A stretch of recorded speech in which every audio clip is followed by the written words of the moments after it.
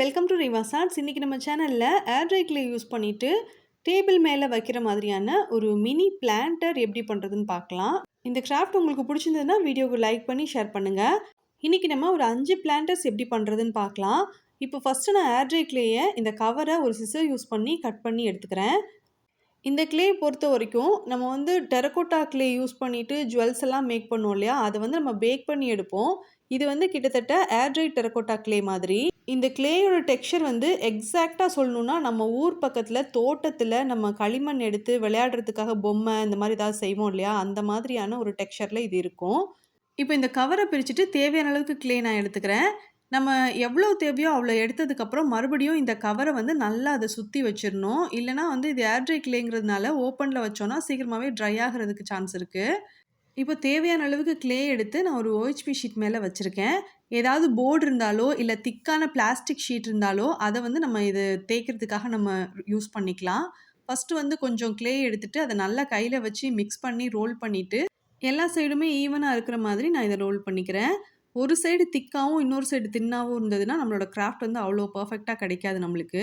இப்போ இந்த கிளேயை ஒரு சர்க்கிள் ஷேப்பில் கட் பண்ணி எடுக்கணும். அதுக்காக வந்து நான் ஒரு கிளாஸ் கப் யூஸ் பண்ண போகிறேன். சர்க்கிள் ஷேப்பில் கட் பண்ணுற மாதிரியான குக்கீஸ் கட்டரோ இல்லை பிளாஸ்டிக் பாட்டிலோ இல்லை கிளாஸ் பாட்டிலோ இல்லை வேறு ஏதாச்சும் மூடியோ இருந்ததுன்னா நம்ம யூஸ் பண்ணிக்கலாம். இப்போ நான் ஒரு சர்க்கிள் ஷேப்பில் கட் பண்ணிவிட்டு மீதி அதை சுற்றி இருந்தது எல்லாத்தையும் எடுத்து நான் ஒரு ஓரமாக வச்சிடுறேன். இப்போது நம்ம கட் பண்ணது வந்து இந்த ஓரங்கள் எல்லாமே கொஞ்சம் ஒரு மாதிரி இருக்கும். அதெல்லாம் வந்து கொஞ்சமாக கையில் தண்ணி தொட்டுட்டு அதெல்லாம் சரி பண்ணி விட்டுட்டேன். இப்போ வந்து நம்ம கொஞ்சம் நீளமாக திரட்டி எடுக்கணும். அதுக்காக வந்து இது ஒட்டாமல் இருக்கிறதுக்காக டால்கம் பவுடர் யூஸ் பண்ணிவிட்டு இதை நல்லா ரோல் பண்ணிட்டேன். இப்படி ரோல் பண்ண பிறகு ஸ்கேல் யூஸ் பண்ணி கட்டர் வச்சு நான் வந்து கரெக்டாக மெஷர் பண்ணி கட் பண்ணி எடுத்துக்கிறேன்.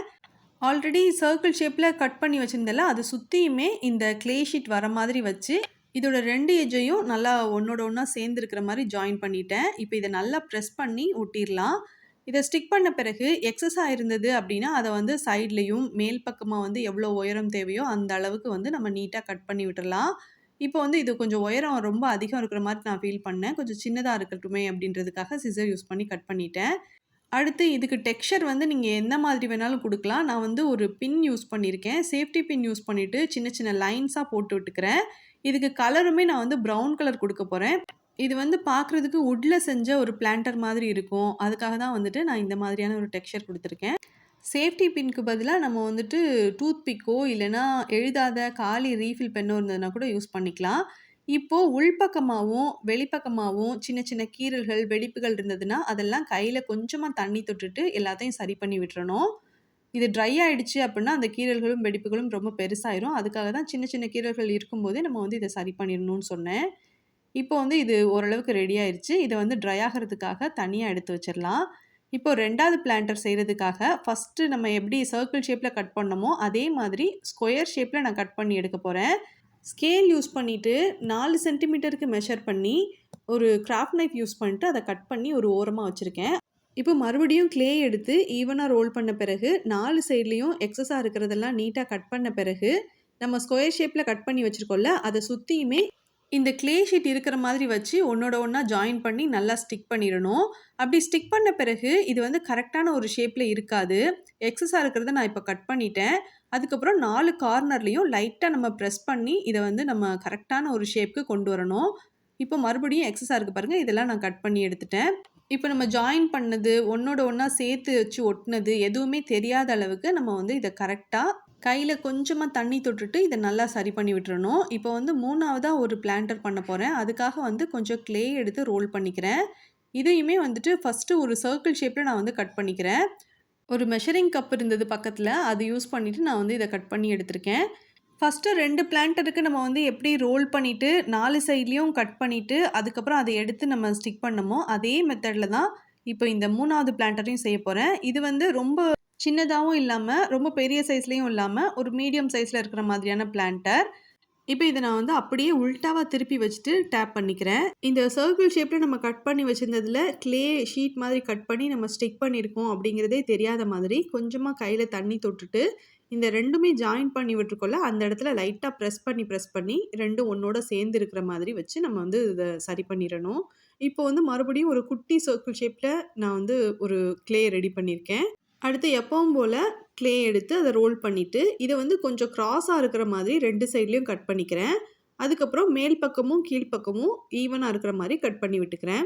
இப்போ இந்த மாதிரி இருக்கிறத ஏற்கனவே சர்க்கிள் ஷேப்பில் நம்ம செஞ்சு வச்சுருக்கோம்ல, அதுக்குள்ள வச்சு ஓரங்களில் ஃபுல்லாகவே நான் ஒட்டி எடுத்துக்கிறேன். இது வந்து பார்க்குறதுக்கு வந்து அடிப்பக்கம் வந்து கொஞ்சம் சின்னதாகவும் மேல் பக்கம் போக போக கொஞ்சம் விரிவாகவும் இருக்கிற மாதிரி இருக்கும். இப்படி மட்டும் செஞ்சோன்னா ஒரு குட்டி டம்ளர் மாதிரி இருக்கும். அதனால வந்துட்டு பிளான்டர் மாதிரி இருக்கிறதுக்காக மறுபடியும் கொஞ்சம் க்ளே எடுத்து அதை ரோல் பண்ணிவிட்டு ஒரு சின்ன பீஸ் மாதிரி நான் கட் பண்ணி எடுத்துக்கிறேன். ஸ்ட்ரைட்டாக ஒரு லைன் இருக்கிற மாதிரி கட் பண்ணி எடுத்துட்டு அதை எடுத்து இந்த சின்னதாக செஞ்சு வச்சுருக்கோம்ல அந்த பிளான்டருக்கு மேல் பக்கமாக வச்சு நான் ஸ்டிக் பண்ணிடுறேன். ஸ்டிக் பண்ணிவிட்டு இந்த ரெண்டும் ஒன்றோட ஒன்றா சேர்ந்து இருக்கிற மாதிரி வச்சு நல்லா ஒட்டிடலாம். இதை ஒட்டின பிறகு நான் உங்களுக்கு இப்போ எடுத்து காட்டுறேன் பாருங்கள். நம்ம நர்சரி போகும்போது இந்த மாதிரியான பிளான்டர் வந்து நிறைய பார்த்துருப்போம். அதை இமேஜின் பண்ணி தான் நான் இதை செஞ்சுருக்கேன். 5வது பிளான்டர் வந்து ரொம்பவும் சின்ன சைஸில் சர்க்கிள் ஷேப்பில் க்ளே எடுத்து ரெடி பண்ணி வச்சுருந்தேன். அதுக்கு மேலே வந்து மறுபடியும் கொஞ்சம் க்ளே எடுத்து அதை நல்லா ரோல் பண்ணிவிட்டு த்ரெட் மாதிரி மேக் பண்ணிவிட்டு அதை வந்து இதுக்கு மேலேயே சுற்றி சுற்றி வச்சு நான் ஸ்டிக் பண்ணிக்கிறேன். இந்த மாதிரி ஸ்டிக் பண்ணிவிட்டு பார்த்தோம் அப்படின்னா இது வந்து ஒரு பேஸ்கட் மாதிரி இருக்கும். இதுவுமே வந்து ஒரு மினி பிளான்டர் தான். இது வந்து நம்ம வந்து ஏர் ட்ரை க்ளேல தான் செஞ்சுருக்கோம். இது வந்து வாட்டர் ப்ரூஃப் கிடையாது. ஸோ ஒரிஜினலான பிளான்ட் வந்து இதில் வச்சு நீங்கள் தண்ணியெல்லாம் ஊற்ற முடியாது. இதில் வந்து நம்ம வைக்கணும் அப்படின்னா ஆர்டிஃபிஷியல் பிளான்ட்ஸ், ஆர்டிஃபிஷியலான ஃப்ளவர்ஸ் இல்லை நீங்கள் வீட்லேயே டிஐவையாக பேப்பர் யூஸ் பண்ணி ஃபோம் ஷீட் யூஸ் பண்ணி இந்த மாதிரியான பிளான்ட்ஸ் எல்லாம் செஞ்சுட்டு அதை வந்து இதில் நம்ம வைக்கலாம். இல்லைனா ஆர்டிஃபிஷியலான ஃப்ளவர்ஸ் வந்து பொக்கெட் மாதிரி வச்சுருந்தீங்க அப்படின்னா அதை எடுத்து நம்ம இதில் வச்சுக்கலாம். இது வந்து டேபிள் மேலே, ஸ்டடி டேபிள் மேலே, டீப்பாயில், டைனிங் டேபிளில் இந்த மாதிரியான இடங்களில் வந்து நம்ம டெக்கரேஷன் பண்ணுறதுக்காக இதை யூஸ் பண்ணிக்கலாம். இப்போ வந்து ஒரு நாள் ஃபுல்லாகவே இது நல்லா ட்ரை ஆகிறதுக்காக விட்டுருந்தேன். இது கம்ப்ளீட்டாக இப்போ வந்து காஞ்சிருச்சு. இதில் வந்து நான் கலர் பண்ணிக்க போகிறேன். பேஸ்கட் மாதிரி செஞ்சிருந்தோம்ல, அதுக்கு வந்து ஆரஞ்சு கலரும் ப்ரௌன் கலரும் மிக்ஸ் பண்ணி நான் வந்து கலர் பண்ணியிருந்தேன். வுட் மாதிரி நம்ம செஞ்சுருந்தோம்ல, அந்த இதுக்கு வந்து ப்ரௌன் கலர் கொடுத்துருந்தேன். இப்போ மீடியம் சைஸில் ஒரு பிளான்டர் பண்ணியிருந்தோம். இதில் வந்துட்டு 2 சைட்லேயும் மாஸ்கிங் டேப் எடுத்து ஸ்டிக் பண்ணிக்கிறேன் ஃபஸ்ட்டு. கொஞ்சம் நடுவில் மட்டும் கேப் இருந்தது. இதில் வந்து கோல்டன் கலர் எடுத்து நான் வந்து கொடுத்துக்கிறேன். இதை கொடுத்ததுக்கப்புறம் மேல் பக்கமாக இருக்கிற மாஸ்கிங் டேப்பை பிரிச்சுட்டேன். இதுக்கு வந்து நான் ப்ளூ கலர் எடுத்து அப்ளை பண்ணிக்கிறேன். கரெக்டாக நம்ம வந்து கோல்டன் கலரில் நம்ம லைன் போட்டிருந்தோம்ல, அதுக்கு மேலே ப்ளூ கலரும் கீழ் பக்கத்தில் வந்து ஒயிட் கலரும் கொடுத்து எடுத்து வச்சுருக்கேன். அதுக்கப்புறம் இந்த குட்டி பிளான்டருக்கு வந்து ரெட் கலர் கொடுத்துருந்தேன். ஸ்கொயர் ஷேப்பில் மேக் பண்ணதுக்கு லாவெண்டர் கலரும் ஒயிட் கலரும் கொடுத்துருக்கேன். இதுலேயே நம்ம நிறைய டிசைன்ஸ் வரையலாம். உங்களுக்கு ஏதாவது ஒரு அனிமலோ இல்லை பேர்டோ ரொம்ப பிடிக்கும்னா அதோட ஃபேஸ் கூட நீங்கள் வந்து அழகாக க்யூட்டாக வரைஞ்சி விடலாம். இப்போ உள்பக்கமும் எல்லாத்துக்குமே எடுத்து கலர் பண்ணிக்கிறேன்.